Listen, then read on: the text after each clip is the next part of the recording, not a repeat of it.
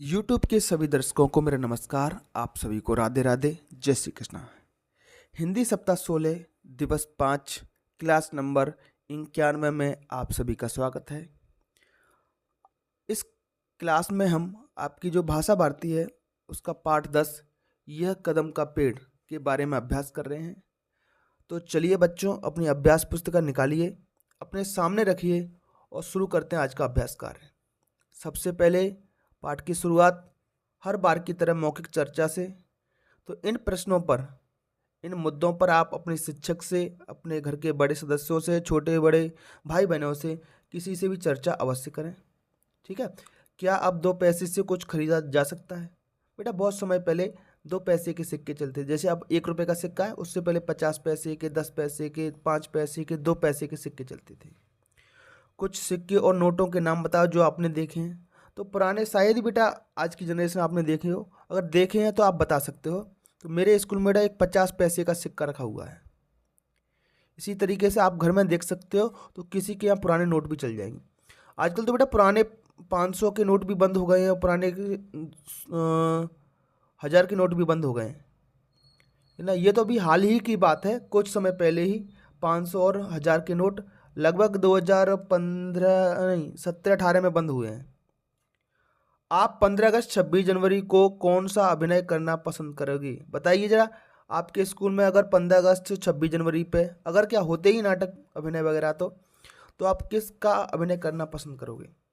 कोई शिक्षक बनना चाहेगा, कोई सैनिक बनना चाहेगा, कोई भारत माता बनना चाहेगा, या फिर जो भी राजा रानी, जो भी कृष्ण बनना चाहेगा कोई, तो आप बता सकते हो। इसके बाद बेटा लिखित भाषा विकास पे आते हैं। जैसे राम जी धनुष चलाते थे, कन्हैया जी क्या करते थे? तो कन्हैया जी चक्र चलाते थे। कन्हैया जी क्या चलाते थे? कन्हैया जी चक्र चलाते थे। कन्हैया बांसुरी बजाते थे। भीम गदा चलाते थे। 5 पांडव हैं बेटा, आप जानते हो। महाभारत की कहानी आपने सुनी है, महाभारत, तो उसमें 5 पांडव थे, उनमें भीम जो थे गदा चलाते थे। गदा जानते हो, इस तरीके का होता है, इस तरीके मोटा, इसके प्रहार से मारते थे, वो गदा चलाते थे, ये अस्त्र होता है बेटा। ठीक है। अर्जुन धनुष चलाते थे। तो इसी तरीके से आपको वाक्य यहां पर बनाने।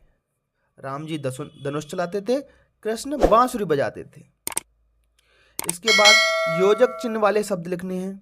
जैसे माता और पिता के बीच में लगा हुआ ये निशान, योजक चिन्ह इस तरीके का।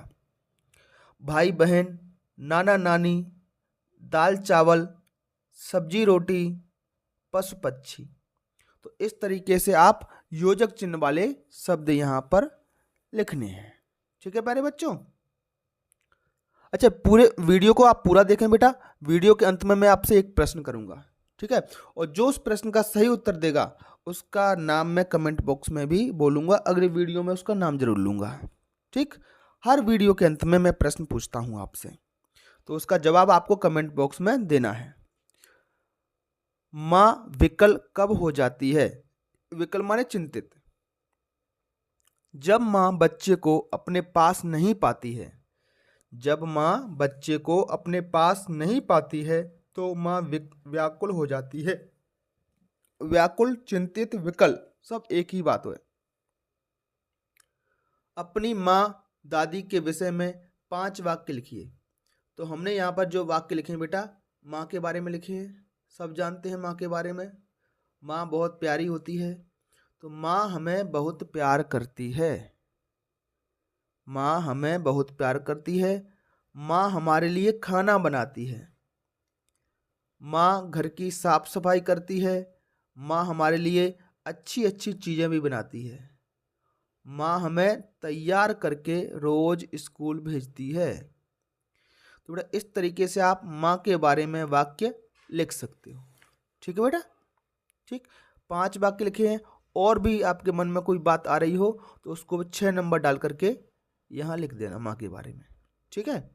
माँ हमें घुमाने ले जाती है, माँ हमें दुकान पैसे देती है, नए कपड़े खरीद के लाती है, बहुत सारी चीज़ें हैं। शब्द वाक्य पठन लेखन गतिविधियाँ। दी गई कविता की पंक्तियों का अर्थ लिखिए। ले देती यदि मुझे बांसुरी, तुम 2 पैसे वाली, किसी तरह नीची हो जाती यह कदम की डाली। तो इसमें बेटा बालक माँ से कह रहा है कि तुम्हारे पास तो बहुत पैसे हैं, तुम 2 पैसे वाली, तुम्हारे पास बहुत पैसे हैं, मुझे एक बांसुरी दिलवा दो और किसी तरह यह कदम की डाली नीची हो जाए। तो बालक क्या चाहता है, पैसे से वो बांसुरी माँ से खरीदवा लेगा और उस डाली पर बैठ करके वो यमुना किनारे बांसुरी बजाना चाहता है, वो कृष्ण बनना चाहता है। ठीक है। अगला प्रश्न है बेटा, किसी कविता की 4 लाइनें लिखिए जो आपको याद हो। बेटा इस पाठ में पूरी की पूरी लाइन, खूब सारी लाइन है, उसमें से लिख सकते हो। पिछला पाठ जो भारत माता का आपने पढ़ा था वहां से कोई सी 4 लाइनें लिख सकते हो। इसके अलावा भी कोई सी कविता की 4 लाइनें आपको याद हो उसको भी लिख सकते हो। तो मैंने अभी आपको एक कहानी सुना रहा हूँ बेटा मैं रामायण की, है ना, उसी से मैं आपसे प्रश्न भी पूछ रहा हूँ। तो वहीं से मैंने 4 लाइनें ली हैं। मंगल भवन अमंगल हारी, द्रवहुँ सुदशरथ अजर बिहारी। ये भी दोहे हैं, चौपाई हैं बेटा, ये जो पूरे रामायण के बारे में है। प्रवेश नगर की जय सब काजा, हृदय राखे हो कौशलपुर राजा।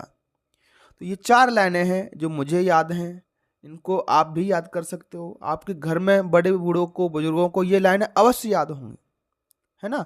तो जहां भी तुक मिले, जैसे हारी, अमंगल हारी और अजर बिहारी, वही एक कविता का रूप होती है। ठीक है। कीजय सब काजा कौशलपुर राजा, तो जहां भी तुकांत शब्द होते हैं वो कविता होती है। तो दोहे, चौपाई, हनुमान चालीसा, शिव चालीसा, जो कुछ भी आपको याद है वो सब एक कविता का रूप है। ठीक है। उसको आप लिख सकते हो। अपनी पाठ्य पुस्तक से लिखोगे वो और भी अच्छा रहेगा, इसको लिख दोगे ये भी बहुत अच्छा है। अब आते हैं बेटा धारा प्रवाह पठन पर।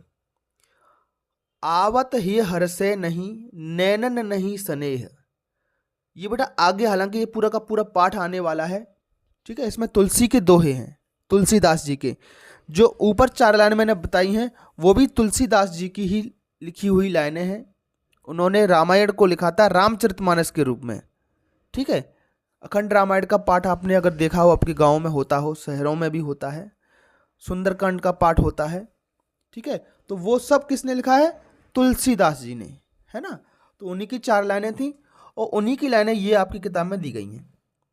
आवत ही हर्षे नहीं, नैनन नहीं स्नेह, तुलसी तहान जाइए कंचन बरसे में। बेटा इनका अर्थ आपको बताना है। हिय माने होता है हृदय, और हर्षे माने प्रसन्न होना, खुश होना। नैनन नहीं स्नेह, नैनन मतलब आंख, और स्नेह माने प्रेम। तुलसी तहान जाइए कंचन बरसे में। बेटा कंचन का मतलब होता है सोना, याद रखें, जो गोल्ड, गोल्ड माने सोना, सोना चांदी जो होता है। तो सोना कंचन माने, बरसे माने बारिश होना, और मेह मतलब बादल। तो तुलसीदास जी कहते हैं बेटा कि अगर आप कहीं जा रहे हो, अपनी मौसी के यहाँ, मामा के यहाँ, किसी भी दोस्त के यहाँ, कहीं भी आप जा रहे हो और आपको देख करके जैसे आप उनके यहाँ पहुंचे, अगर उनको खुशी नहीं हुई तो ऐसे व्यक्ति के घर आपको कभी भी जिंदगी में नहीं जाना है। आपके जाने पर जिस व्यक्ति को खुशी नहीं हुई, ऐसे व्यक्ति के घर कभी नहीं जाएं, भले ही उनके घर सोने की बारिश हो रही हो। सोने की बारिश से मतलब है वो कितना भी अमीर हो, कितना भी बड़ा पैसे वाला हो, उसके घर हमें कभी नहीं जाना चाहिए। हमें सिर्फ ऐसे व्यक्ति के घर जाना चाहिए जो हमें देखकर प्रसन्न हो, उसको खुशी हो हमारे आने पर। इसके बाद अगली लाइन बेटा, तुलसी संत स्वयं तरु। तुलसी के अनुसार, तुलसीदास जी के अनुसार जो संत हैं, जो महात्मा हैं, महान पुरुष हैं, वो मीठे आम की तरह, तरु माने पेड़, स्वयं माने मीठे आम के पेड़ की तरह हैं। फूले परे परहेत, परहेत का मतलब है दूसरों के हित के लिए। जैसे आम के पेड़ में दूसरों के लिए आम आते हैं, उसी तरीके से संत भी दूसरों के हित में कार्य करते हैं। इतते ये पावन हनत, पावन, पाहन का मतलब बेटा पत्थर, पाहन मतलब पत्थर। एक तरफ से हम इनको पत्थर मारते हैं पेड़ों को, उतते वे फल देत। एक तरफ से हम आम को पत्थर मारते हैं फिर भी वह हमें उतने ही ज्यादा फल देता है। ठीक है। हनत माने मारना। तो बहुत ही खूबसूरत पंक्तियां हैं बेटा ये, इनको अपने जीवन में उतारें और याद रखें। संत, संत के बारे में कहा गया है। तो प्रश्न क्रमांक 1, नैनन नहीं सने में नैनन का अर्थ क्या है बेटा? नैनन का अर्थ है आंख, अभी मैंने आपको बताया है। तुलसीदास जी किसकी वर्षा की बात कर रहे हैं? तो तुलसीदास जी कंचन, कंचन मतलब सोने की वर्षा के बारे में बात कर रहे हैं। पाहन हनन, पाहन हनन का मतलब है पत्थर मारना। अगला प्रश्न है बेटा, तुलसीदास जी ने संतों की तुलना आम के वृक्ष से क्यों की है? इसकी समानता अपने शब्दों में लिखिए। क्योंकि संत भी मीठे आम की तरह, जिसको स्वयं कहा गया है, दूसरों के हित के लिए फलते फूलते हैं। जैसे आम को जितना आप पत्थर मारते हो, एक तरफ से आप आम को पत्थर मारते हो, फिर भी वो आपको मीठे आम देता है। इसी तरह के संत की आप बुराई करो, उनको कष्ट दो, फिर भी वो हमेशा दूसरों के हित के लिए कार्य करते रहेंगे। ठीक है। अच्छा, कोई संत जिनका नाम आप जानते हो तो मुझे कमेंट बॉक्स में बताएं। आजकल एक संत है प्रेमानंद जी महाराज, वो बहुत प्रसिद्ध हैं, वृंदावन के संत हैं। शायद उनको आपने रील्स के माध्यम से देखा होगा, है ना। तो एक और संत के नाम जिनके बारे में आपने सुन रखा है, जिनको आप सुनते हो, उनके बारे में कमेंट बॉक्स में बताएं। स्वतंत्र पठन बेटा, चित्र देखकर 5 वाक्य लिखिए। बेटा चित्र दिख रहा है, एक बालक ब्रश कर रहा है, ठीक है। एक बालक फोन पर बात कर रहा है और नल से पानी भर रहा है, पानी भर गया, बाल्टी से फैल रहा है, ठीक है। यह हमारी सोच रहे, व्यर्थ न जाए पानी, जब जल की नहीं होगी तो कैसे जिंदगानी। जब जल ही नहीं होगा तो कैसे जिंदगानी। बेटा ये हमारी सोच बना लो कि पानी को हम वेस्ट नहीं करेंगे, व्यर्थ नहीं जाने देंगे। हमें पानी को बर्बाद नहीं करना चाहिए, पानी अनमोल है।